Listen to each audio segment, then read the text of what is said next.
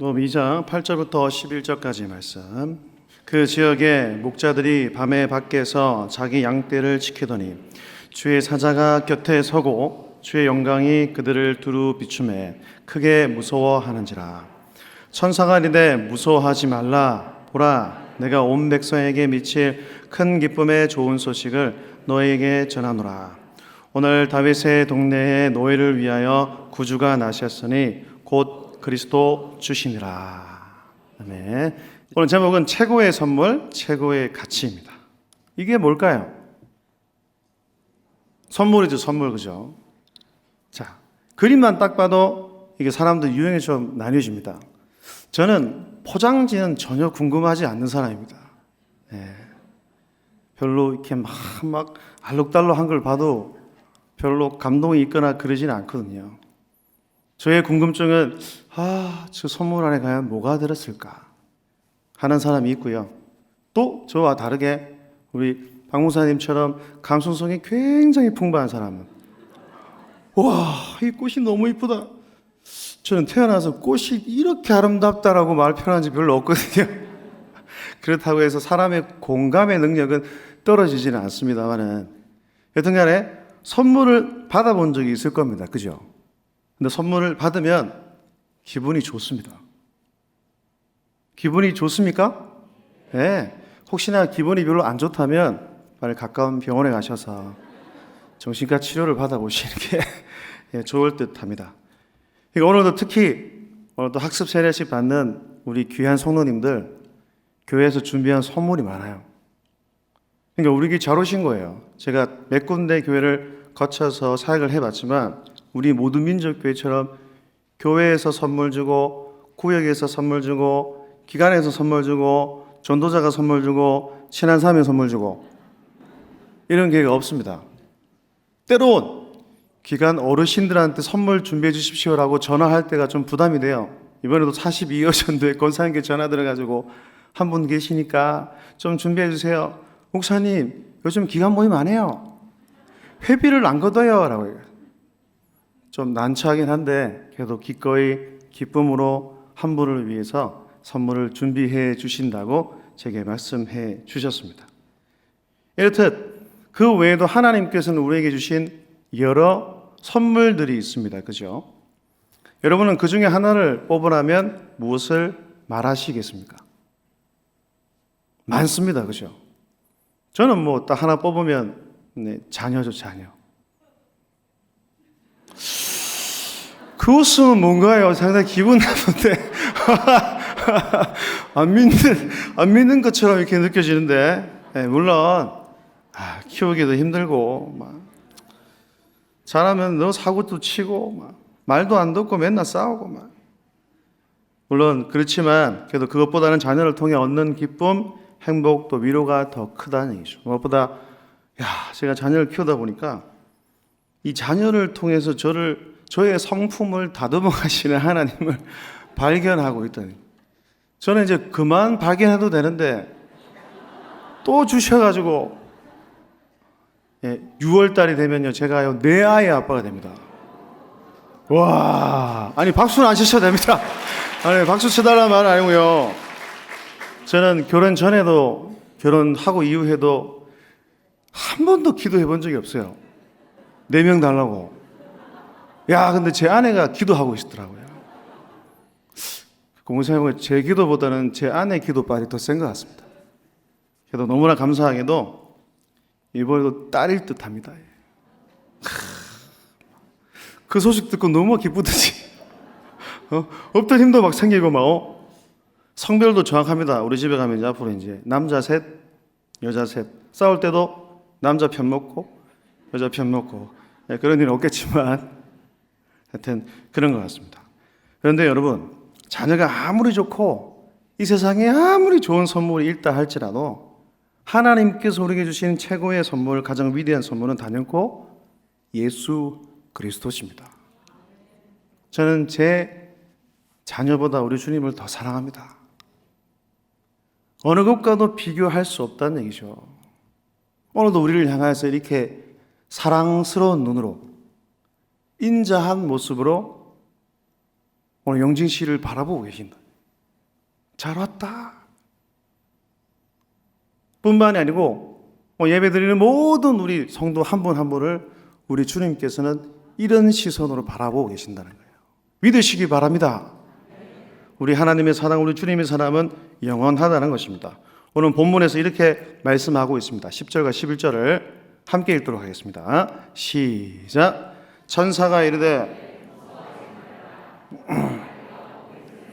미칠 큰 기쁨의 좋은 소식을 너에게 전하노라.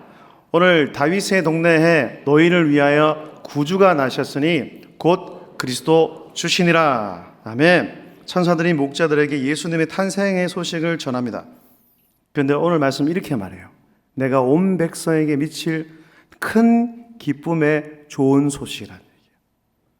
크게 기뻐하기를 원하고 그렇게 될 좋은 소식을 너희에게 전하노라 라고 말합니다. 왜 예수님께서 이 땅에 오신 소식이 큰 기쁨의 좋은 소식일까요? 11절에서 뭐라고 얘기합니까? 예수님께서는 다윗의 동네 어디냐면 베들레헴입니다. 베들레헴을 한국말로 고치면 떡집이에요. 요한복음에 보면 우리 예수님이 생명의 떡이시군요. 그 생명의 떡이신 그 예수님께서 베들레헴 떡집에 태어나셨다는 얘기예요. 왜 큰 기쁨의 좋은 소식입니까? 우리 예수님이 구약에서 그토록 구원자로 약속하신 메시아 되시기 때문입니다. 할렐루야.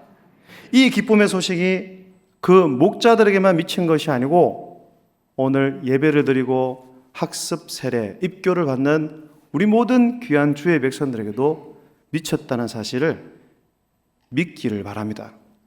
그 진리를 깨닫고 그 예수를 품고 살아가는 사람은 이렇게 고백할 수밖에 없는 거죠.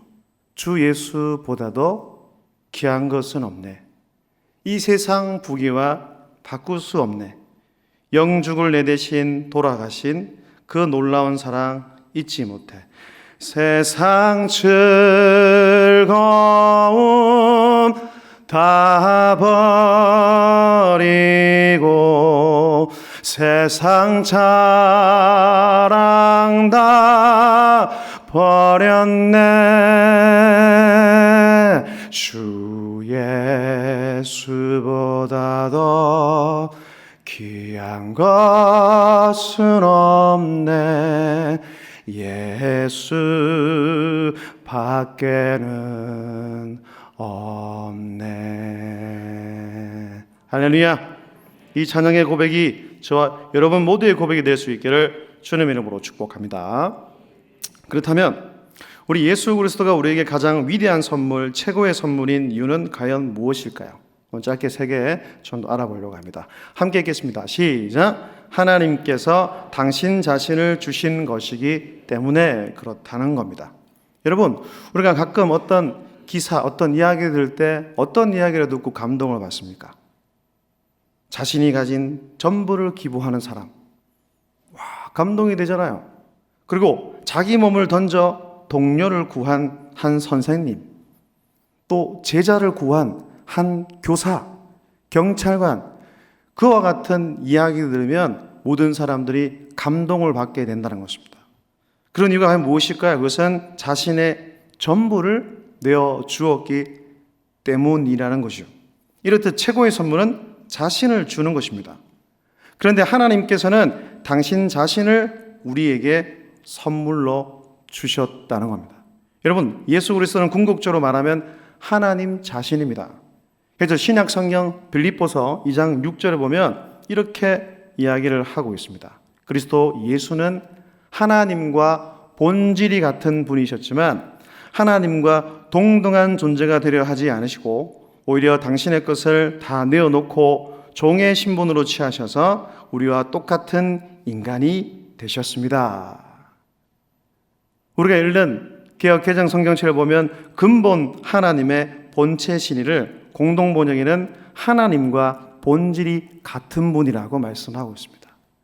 예수 그리스도가 곧 하나님이신데요. 그 하나님은 영이셔서 하나님은 너무 거룩하셔서 그 육신을 입고 이 땅에 아들의 모습으로 오신 분이 예수 그리스도라는 얘기예요. 그래서 달리 말해 그리스도께서 우리를 위해 죽으셨다는 것은 하나님 당신 자신을 우리 모두에게 그 전부를 주셨다는 이야기가 됩니다. 여러분, 우리가 믿는 하나님이 어떤 분이십니까? 그 첫 번째는요, 창조주 하나님이시라는 얘기예요. 세상의 모든 것을 창조하셨습니다. 말씀 한마디로 모든 것을 창조하신 능력의 하나님이라는 얘기죠. 그리고 우리가 믿는 하나님은 전능하신 분입니다. 99세에 여전히 아들을 낳지 못한 아브라함에게 나타나셔서 우리 하나님께서는 자신을 일컬어서 엘샤다이라고 말씀하십니다. 나는 전능한 하나님이시다. 모든 것을 바꾸어 놓을 수 있는, 불가능을 가능케 하시는 그 하나님이 우리가 믿는 하나님이시다는 얘기입니다. 그리고 출애굽기 3장에 보면 하나님께서는 모세를 부르십니다.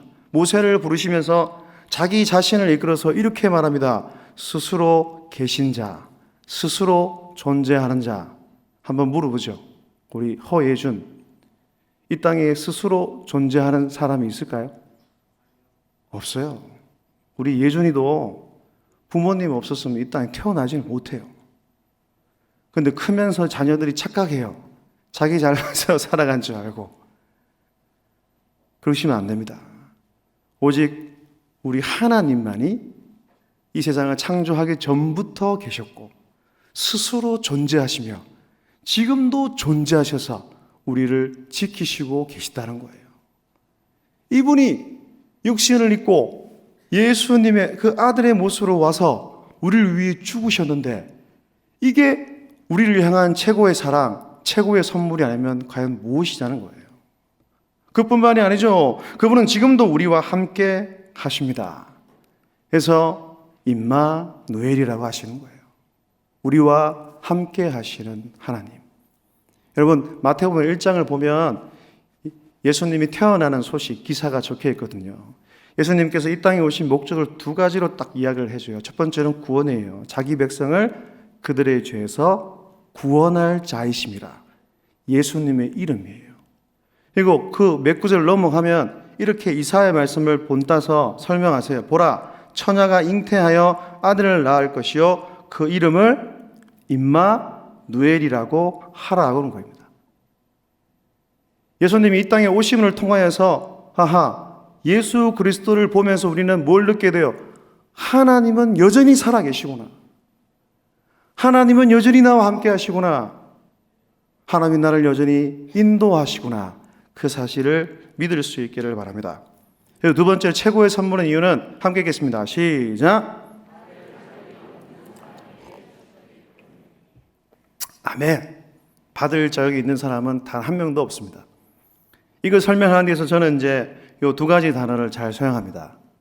상과 선물로 설명한다는 얘기예요. 여러분, 상은 어떤 사람이 받죠? 자격이 있는 사람이 받습니다. 제가 어릴 때 육상을 좀 잘했습니다. 그래서 초등학교 때는 거의 다 1등 했어요. 그래서 심지어는 대표로 나갔는데 저는 제가 엄청 잘 뛰는 줄 알았는데 이게 대표로 나가보니까 와, 저보다 달리기 잘하는 사람들이 그렇게 많은지 처음 알았습니다. 하여튼 학교에서 운동회를 하면 마지막 또 제일 끝주자 돼가지고 막 도장 팍 찍고 1등을 해야 상을 받고 2등을 해야 상을 받고 그뿐만 아니고 우등상도 마찬가지고 개근상도 마찬가지고 선행상도 똑같아요. 그죠? 그 선행의 자격의 조건이 되었을 때 받는 것이 상이라는 얘기입니다. 근데 선물은 다릅니다. 자격이 없어도 주는 사람 마음이고 또 자격이 없어도 받을 수 있는 게 선물이라는 얘기죠. 그러나 한번 생각해보면 이 선물도 한계가 있어요. 그게 뭐냐 하면 주고 싶은 사람에게 준다는 겁니다. 그러잖아, 모세, 그지? 아무나한테는 안 주잖아, 모세가. 친한 친구나 또 나에게 잘해주는 사람한테 선물을 주고 싶지. 나를 막 미워하고 내 뒤에서 뒷담화하고 막 괴롭히는 친구에게 선물을 주려고 하지는 않을 겁니다. 모두가 다 똑같습니다. 나랑 친한 사람에게 선물을 주고 싶어 하고 또 심지어는 우리 한번 자녀를 생각해 보자고요. 자녀가 그렇게 말도 안 듣고 그렇게 골치 덩어리고 막 사고도 계속 쳐도 그 아이에게 용돈을 주고 그 아이를 사랑하는 이유가 뭡니까? 왜? 너무 사랑스럽고 너무 나에게 소중한 존재이기 때문이라는 얘기죠. 근데 하나님 입장에서 우리가 그만큼 구원받을 만큼 그런 가치가 있을까요? 성경은 그렇게 말하고 있지 않으세요? 모든 사람이 뭐다? 죄인이다. 로마서에 보면 영적으로 보면 우리가 흉악범과 같은 존재라고 설명해 주고 있는 것입니다. 그러니까 이 자리에 앉아서 예배를 드리고 학습을 받고 입교를 받고 세례를 받는 것은 여러분들이 잘났거나 여러분들이 뭘 잘해서 받는 게 아닙니다. 하나님이 선택, 하나님이 은혜로, 하나님이 베푸셔서 여러분들이 구원을 받고 하나님의 자녀가 되었다는 사실을 믿을 수 있기를 바랍니다. 하나님께서 이런 우리를 위하여 완전한 사랑을 베푸셨죠. 사도 바울은 이렇게 우리를 향한 하나님의 사랑을 이렇게 표현하고 확증하고 있습니다. 로마서 5장 8절입니다. 함께요. 시작. 우리가 아직 죄인 되었을 때에 그리스도께서 우리를 위하여 죽으심으로 하나님께서 우리에 대한 자기의 사랑을 확증하셨느니라. 아멘. 우리가 아직 죄인이었을 때라고 말합니다.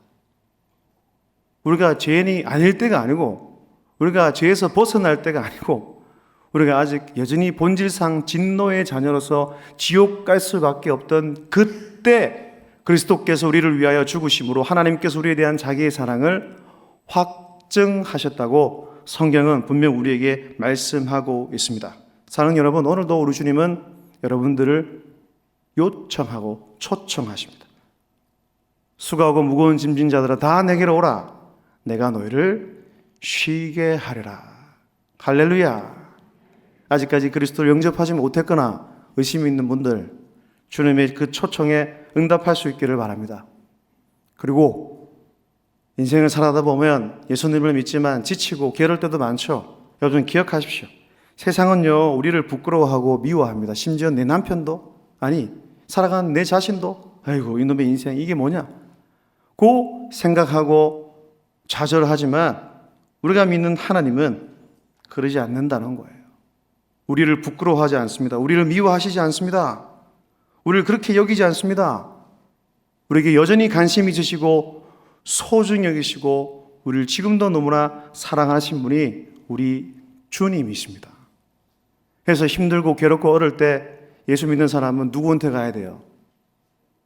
예수님한테 오라는 얘기예요. 인생의 또 다른 이름이 뭡니까? 수고하고 무거운 짐진 자입니다.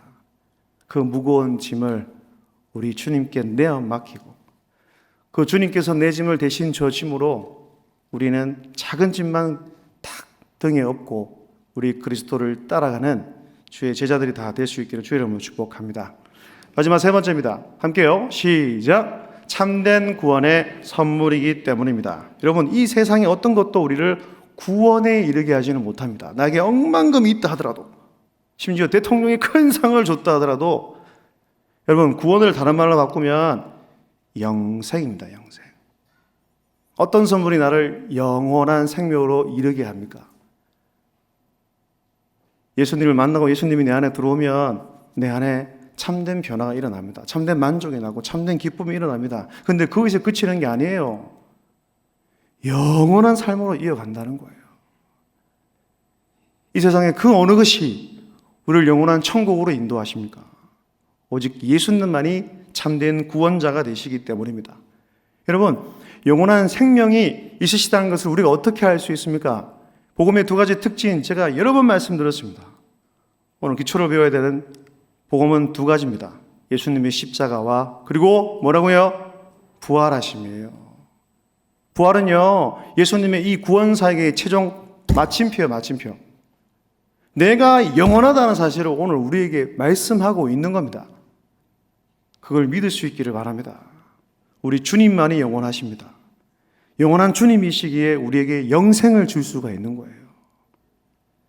그래서 사람들은 다 죽음을 두려워합니다. 그죠? 그래서 어린아이들도 아프면 병원에 간 것 알고 또 병들면 죽게 된다는 걸 알아요. 그건 육체적인 죽음을 의미하는 것이죠. 그런데 둘은 몰라요. 육체적인 죽음만 우린 두려워하면 안 됩니다. 그 너머에 있는 영적인 죽음, 이 하나님과 관계에서 끊어진 이 죄의 문제를 해결하지 못하면 우리는 영원한 지옥으로 갈 수밖에 없다는 얘기예요. 근데 예수님께서는 그 구원사역을 하시기 위해 십자가에 죽으시고 3일 만에 다시 살아나심으로 그 모든 문제를 해결하여 주셨다는 것입니다. 그래서 육체적인 죽음은 영원으로 가는 과정, 통과문이라는 사실을 믿을 수 있기를 바랍니다. 그렇다면 이 예수 그리스도가 우리에게 가장 위대한 선물이고 최고의 선물인 사실을 인정하고 믿는다면 우리는 어떻게 반응해야 할까요? 첫 번째는요, 감사와 찬양이라는 것입니다. 감사와 찬양이라는 거예요. 여러분, 하나님의 그 은혜의 첫 번째, 우리가 감사해야 한다는 것입니다. 탄복해야 된다는 것입니다. 하나님 이름을 높여야 된다는 거예요. 그 두 번째는 무엇입니까? 제가 세례식을 결혼식과 비슷하다고 말씀을 했습니다, 지난번에. 이제 결혼은 언약식이잖아요, 그죠? 오늘도 똑같아요. 많은 하나님 앞과 증인들 앞에서 이제 하나님과 연합해서 그 그리스도와 함께 살겠습니다 라고 세례식을 받거든요. 그럼 결혼한 신부가 누구만 사랑해야 돼요, 앞으로? 신랑만 바라보는 거예요. 성경은요, 모든 주의 백성들이 그리스도의 신부라고 말하고 있습니다. 그럼 그리스도의 신부가 된 입장에서 누굴 사랑해야 돼요? 내 남편 대신 예수 그리스도를 더 많이 사랑하고 더 많이 사랑하고 더 많이 사랑해야 된다는 거예요. 그걸 위해 힘써 노력하십시오. 그 중에 하나 바로 예배에 많이 참석하는 겁니다. 주일 예배 오시고 새벽도 깨우시고 수요 기도도 오시고 김요 기도도 하시고 또 집에서도 주님과 교제하기 위해서 기도하는 시간을 가지시고 일어나면 기도하고 밥 먹기 전에 기도하고 잠잘 때 기도하고 그런 영적인 훈련을 통해서 우리 하나님은 여러분을 더 깊이 만나주시고 그러므로 여러분도 사랑하고 무엇보다 그렇게 되면 우리 예수 그리스도와 성령 하나님과 동행하는 삶을 살게 될 줄로 믿습니다. 그리고 더 나아가 만약에 내가 사는 아내가 너무 사랑스럽잖아요. 그러면 자동적으로 나오는 게 뭡니까? 세 번째, 자랑하는 거예요. 저는 셋째가 딸이거든요, 딸. 아들, 딸 다르더라고요. 안 예뻐하려 해도 안 예뻐할 수가 없어요. 이제 20개월 좀 넘었는데 두 아들은 저한테 물을 안 떼다 줘도 걔는 자기 물 또 오고 나서 또 가서 물을 받아서 물론 이게 오다가 다 흘리지만 저한테 물을 갖다 줍니다. 어떻게 안 사랑하겠어요? 어떻게 안 자랑하겠어요? 똑같다는 얘기예요. 제가 딸을 비유했지만 우리 주님을 더 깊이 만나고 그분과 동행하며 살면요, 자동적으로 나온 게 뭐예요? 자랑한다니까요. 야, 우리 교회 좋다. 우리 목사님 좋다. 내가 믿는 예수님 너무 좋다. 나랑 같이 가자. 이제 여러분들이 세례받고 학습받고 입교했으니까 또 다른 자녀, 영적인 자녀를 낳아야 된다는 거예요. 그래서 교회가 그것을 위해 훈련하고 존재한다고 해도 과언이 아닌 것입니다. 그래서 예수 그리스도를 자랑하고 그 그리스도를 계속해서 증언하고 증거할 수 있는 오늘 주의 백성들과 특별히 오늘 학습 세례 입교받는 주의 백성들 다 될 수 있길 주의 이름으로 축복합니다. 마지막 이거 읽고 마치겠습니다. 먼저 학습 세례 입교받는 분들만 한번 크게 읽어보겠습니다. 시작.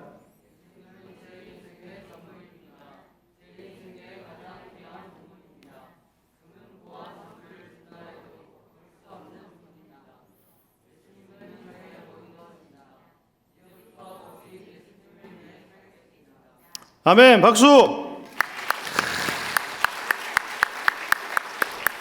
자, 밑줄 쫙 끊었죠. 이제부터 읽으셨어요. 증언들 많습니다. 증인들이 지금 수두룩 빼빼합니다. 지금 지난주보다 오예배 숫자가 한 2배 정도 는 것 같습니다. 누구 때문에 이렇게 예배를 참석했게요? 여러분도 축하해 주려고요. 다 들었어요. 이제부터 누구를 위해 살겠다고요? 예수를 위해 사는 겁니다. 우리 모든 성도님도 같이 시작. 예수님은 제 인생의 전부입니다.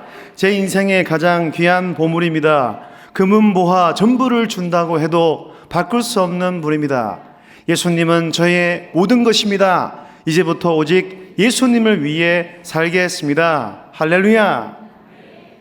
읽었던 모든 주의 백성들도 지금까지 그렇게 하셨으면 너무나 잘하셨습니다. 칭찬해 드릴게요. 하지만 여기서 그치는 게 아닙니다. 주님 만나는 그 순간까지 예수를 위해, 그의 나라를 위해, 그분의 영광을 위해, 주의 복음을 위해 헌신하고 살아가는 모든 주의 백성들 다 될 수 있기를 주의 이름으로 축복합니다. 기도하겠습니다. 하나님 감사합니다.